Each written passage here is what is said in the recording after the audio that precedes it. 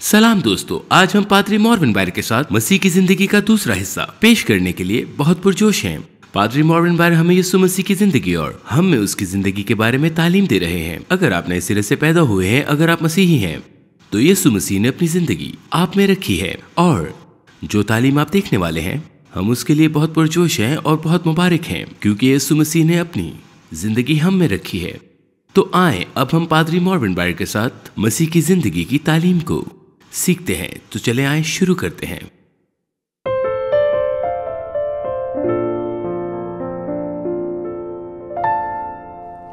आइए मलाकी की किताब उसका तीसरा बाब देखते हैं। यूहन्ना बपतिस्मा देने वाले के बारे में एक पेशन गोई। मलाकी तीसरा बाब और उसकी पहली आयत।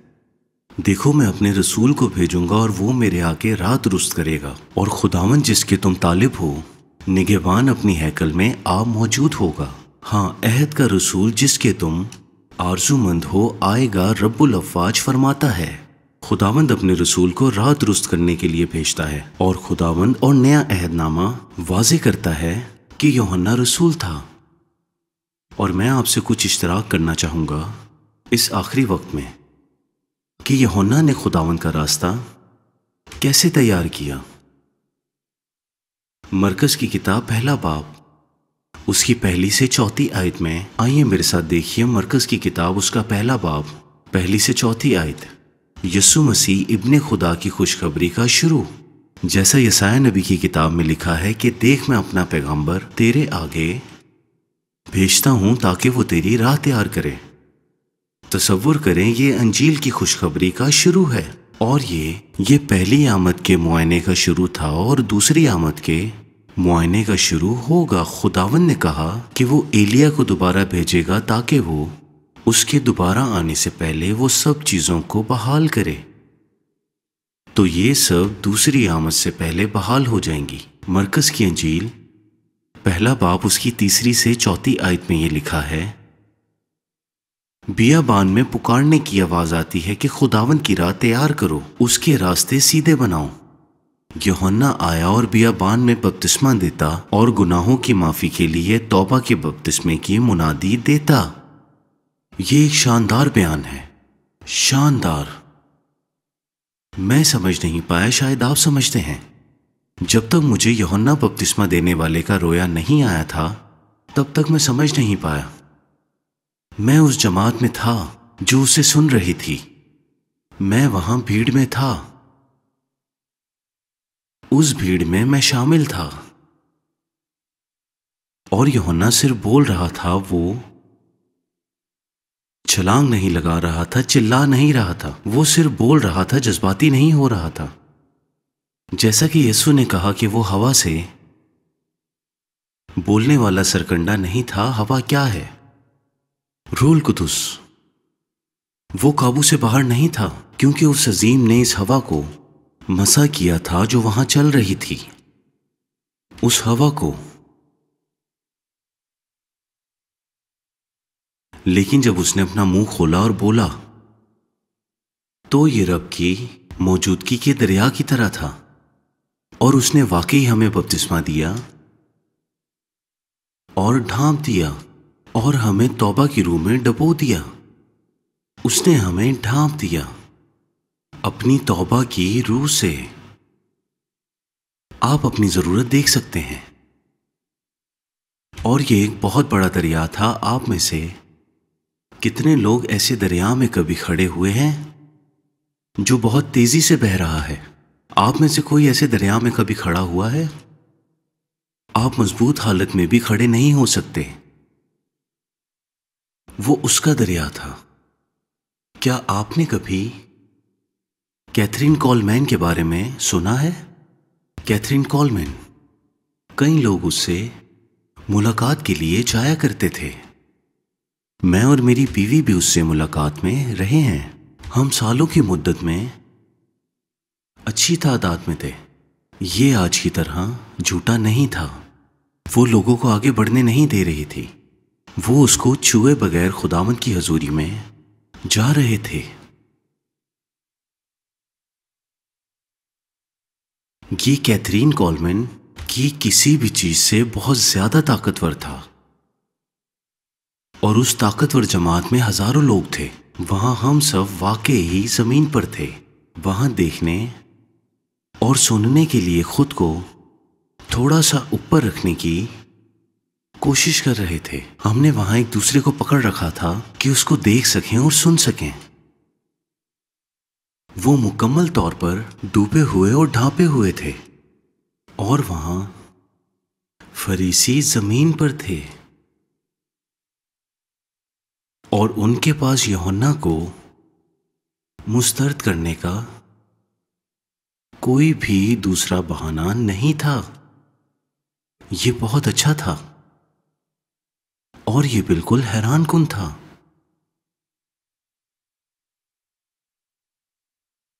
आप उस कलीसिया के हर शख्स का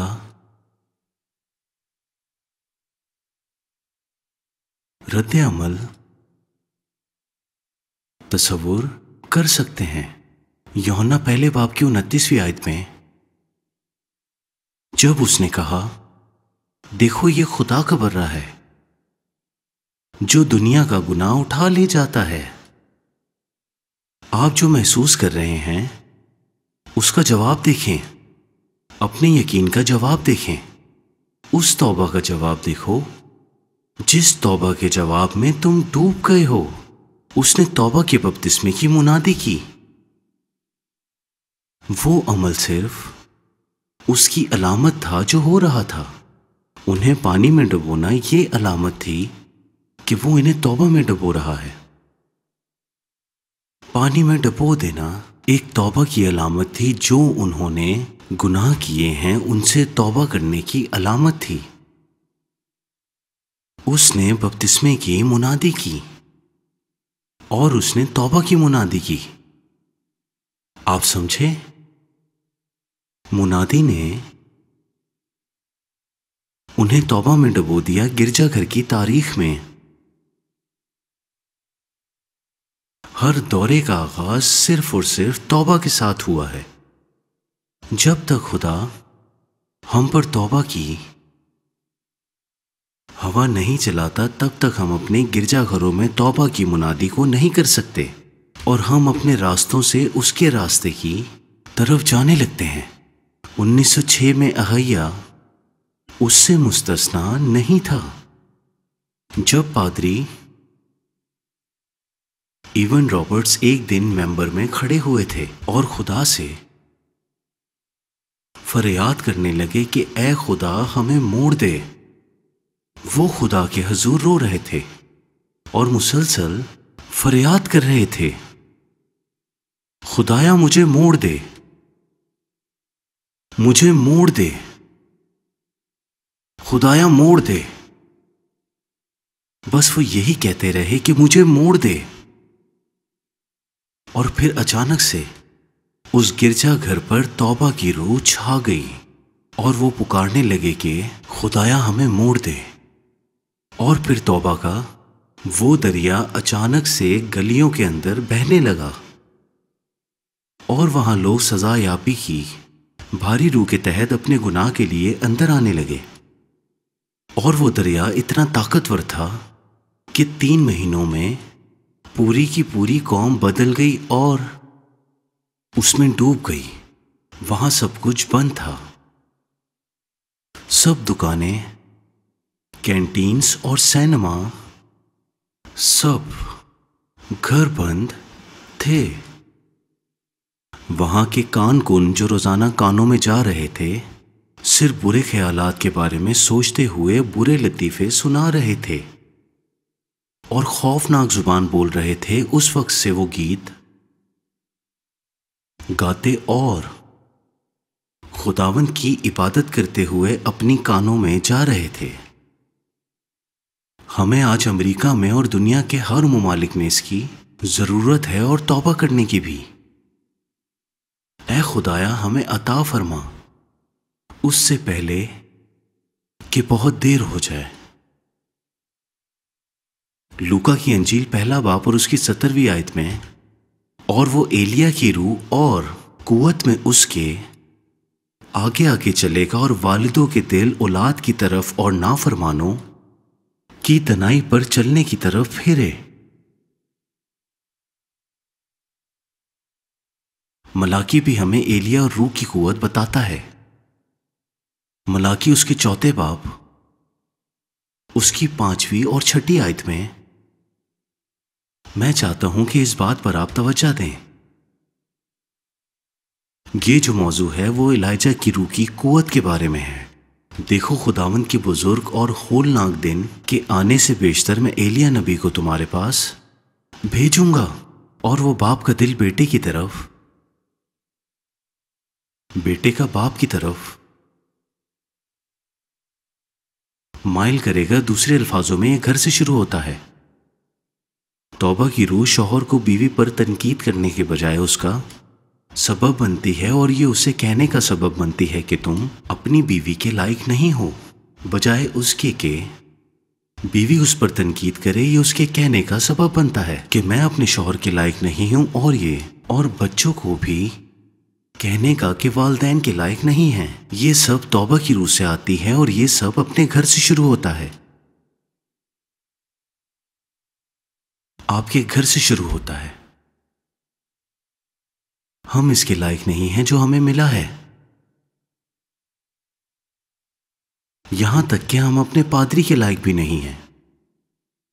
हम उस गिरजाघर के लायक नहीं हैं जिससे हम ताल्लुक रखते हैं। हम अपनी जिंदगियों पर खुदा की बरकत के भी लायक नहीं हैं, जो हमें हयात नौ की तौफीक करने से पहले आने वाली है। यूहन्ना की अंजील पहला बाब, जब यीशु ने कहा, या यूहन्ना बपतिस्मा देने वाले ने कहा, देखो ये खुदा का बर्रा है जो दुनिया का गुनाह उठा ले जाता है। उसके 2 शागिर्द मुड़े और यीशु के पीछे चलने लगे। उन्होंने उस नबी को भी खुदा हाफिज नहीं कहा जिससे वो बहुत प्यार करते थे। वो तौबा और अपनी हालत में इस कदर डूबे हुए थे कि वो किसी मकनातीस की तरफ तवज्जो होने की तरह सोचे बगैर उसके पीछे चल पड़े। उसने कहा कि तुम क्या ढूंढ रहे हो? काश हम इस बात का ईमानदारी से जवाब दे सकें और ये कह सकें कि मैं ये जानना चाहता हूं कि आप कहां रहते हैं। आप मेरी जरूरत का जवाब हैं। मैं आपके साथ होना चाहता हूं और मैं उनको दावत देता हूं कि आप आएं और देखें। वो आपको भी दावत देता है, वो मुझे दावत देता है। तुम जानना चाहते हो मैं कहां हूं? आओ देखो, मैं तुम्हें अपना जलाल दिखाऊंगा, जैसा कि हमने आज सुना है। खुदावंद यीशु पहली बार जरूरतमंदों के लिए आया और वो दूसरी बार भी जरूरतमंदों के लिए आएगा, और वो आएगा। उस दिन वो सिर्फ जरूरतमंदों के लिए आता है, जिनको उसकी जरूरत है, जो अपनी बड़ी जरूरत को समझते हैं। वो लाउडिसीचियन गिरजाघरों को उसके मशवरे की जरूरत है, उसके पास उसको हासिल करने की कोशिश करते हैं ताकि जरूरतमंद को देखने के काबिल हो, और यकीनन वो आएगा।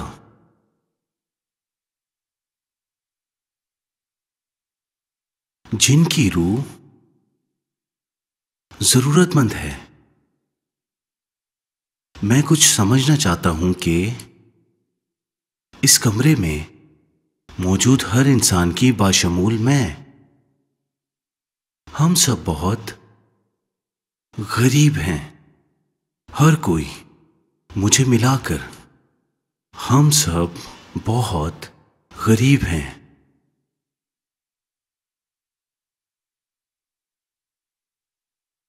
हम सब बहुत बहुत गरीब हैं। हम दर हकीकत बदबख्त और नंगे, अंधे और दुखी हैं, लेकिन हम उसे नहीं पहचानते। वो ये नहीं कह रहा कि वो उन लोगों के लिए आएगा जो दर हकीकत गरीब हैं। वो उन लोगों के लिए आएगा जो अपने अंदर कमजोर रूह रखते हैं। दर हकीकत हम गरीब हैं, लेकिन हम रूह में बहुत अमीर हैं। हम दरअसल अब भी बहुत पुरएतमाद हैं कि हम चीजों को संभाल सकते हैं। हम ये कर सकते हैं, हम कर सकते हैं। वो उन लोगों की तलाश में है जो उनकी जरूरत और उनकी रूह को पहचानते हैं। उनका रवैया उनकी हकीकी हालत के मुताबिक है। क्या हम समझते हैं इनका फर्क क्या है? हम गरीब हैं, लेकिन हम ये नहीं जानते। हमें एहसास भी नहीं कि हम कितने गरीब हैं। और वो जानता है कि हमारी रूह और हमारा रवैया और हमारी हकीकी हालत के हम आहंग हो, फिर वो हमसे मिलने आएगा। अगर हम अपने रवैये और रूह में गरीब, तो वो हमसे मिलने आएगा। यूहन्ना ने उन्हें तौबा में डुबोकर उसका रास्ता तैयार किया, एक निजात दहिंदा का शऊर। उसने रास्ता तैयार किया निजात दहिंदा के लिए, लेकिन उसने कुछ और किया। और उसने इसराइल को खुदा के लोगों से मुतारिफ करवा के उसकी खिदमत और उसकी ज़ियारत के लिए रास्ता तैयार किया। उसने लोगों को मुतारिफ करवाया और यीशु का रास्ता बाखूबी तैयार किया। इस शख्स का तसव्वुर करें, उसने इतना जबरदस्त मज़ाक किया कि लोगों ने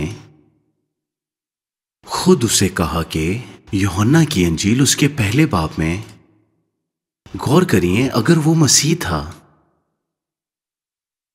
और अगर वो मसा करने वाला था। आज लोगों ने मारूफ वज़रा से कहा कि अगर वो मसा शुदा है, तो उन्होंने कहा हां वो है। जैसा कि यीशु ने कहा मत्ती की अंजील 24वें बाब की 5वीं आयत में, क्योंकि बतेरे मेरे नाम से आएंगे और कहेंगे कि मैं मसीह हूं, और बहुत से लोगों को गुमराह करेंगे। ये होता रहेगा। तसव्वुर करें कि वो कहता है कि यूहन्ना ने उससे इनकार नहीं किया। उसने कहा कि मैं मसीह नहीं हूं। आप उसकी सादगी का तसव्वुर कर सकते हैं? वो सोच रहे थे कि क्या वो मसीहा है जिसके पास ऐसा आदमी है जो बनी इसराइल से कहेगा कि देखो ये बर्रा। वो आपका जवाब है, वो ही मसीहा है। आमीन। आपके सामने तैयारी का दरवाजा है, और ये सब कुछ यीशु के लिए था। आमीन। उसे मसीहा के जवाब के तौर पर मुतारिफ करवाना। वाह! जब हम खुदावंद यीशु को पेश करते हैं, तो क्या हम उसके नाम की ताजीम करते हैं? आप जानते हैं कि ये ख्याल है कि यीशु नहीं चाहता था कि किसी को मालूम हो कि वो मसीहा है, क्योंकि उसने अपने शागिर्दों से कहा था कि किसी को मत बताना कि मैं मसीह हूं। और इस तरह हम ये नतीजा आखिज करते हैं कि ओह, वो नहीं चाहता था कि किसी को पता चले। नहीं, बिल्कुल इसके बरअक्स है। वो चाहता था कि सारी दुनिया जाने, इसलिए उसने यूहन्ना को भेजा कि वो सबको बताए कि ये मसीह है। इसीलिए यूहन्ना 10वें बाब में जब उन्होंने कहा कि अगर आप मसीह हैं तो आप हमें बताएं, फिर यीशु कहता है कि मैं तुम्हें बता चुका हूं, लेकिन तुम यकीन नहीं करते। हां, मैं मसीह हूं। वो उसे छुपा नहीं रहा था। उसने अपने सरमाया की औरत से कहा मैं हूं, लेकिन उसने अपने शागिर्दों और बदरूहों से कहा कि अपना मुंह मत खोलो, किसी को मत बताना। क्यों? क्या कोई सदर किसी भिखारी का तारुफ करवाएगा? क्या उसका तारुफ किसी सदर का बहुत ही काबिल एतराज किरदार होगा? क्या यह सदर की अक्कासी होती है, जब यह आजकल हर वक्त होता है? लेकिन उसके किरदार का क्या अक्स होता है?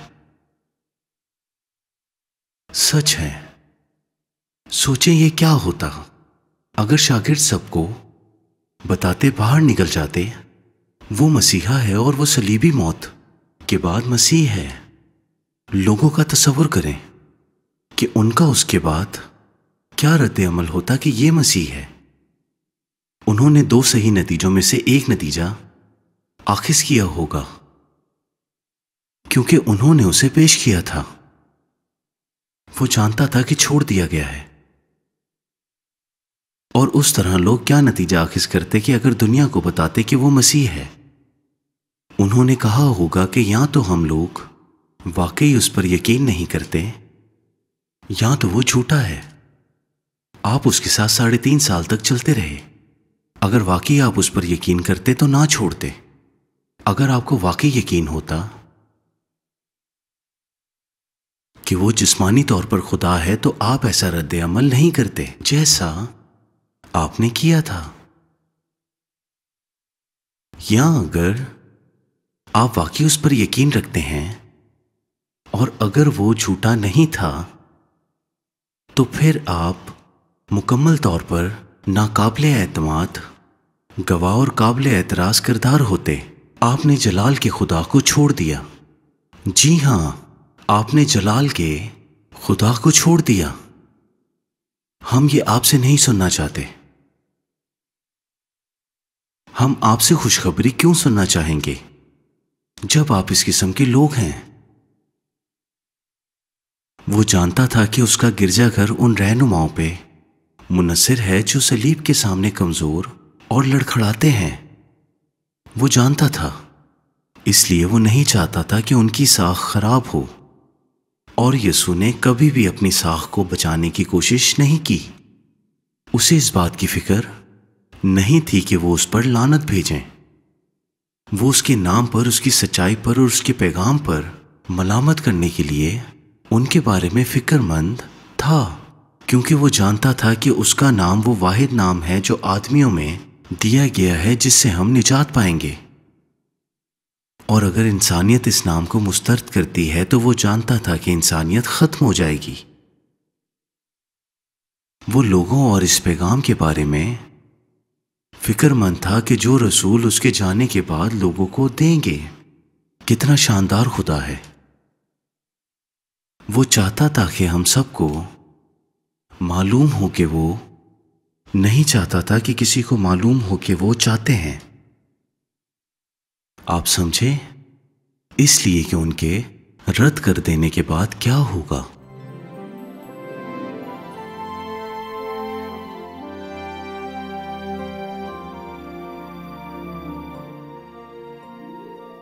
आज के लिए हमारे पास इतना ही वक्त है, लेकिन मुस्तकबिल की नशरियात के लिए हम आहंग रहेंगे, क्योंकि हम पादरी मॉर्वन बायर के साथ मसीह की जिंदगी के बारे में सीखते रहेंगे।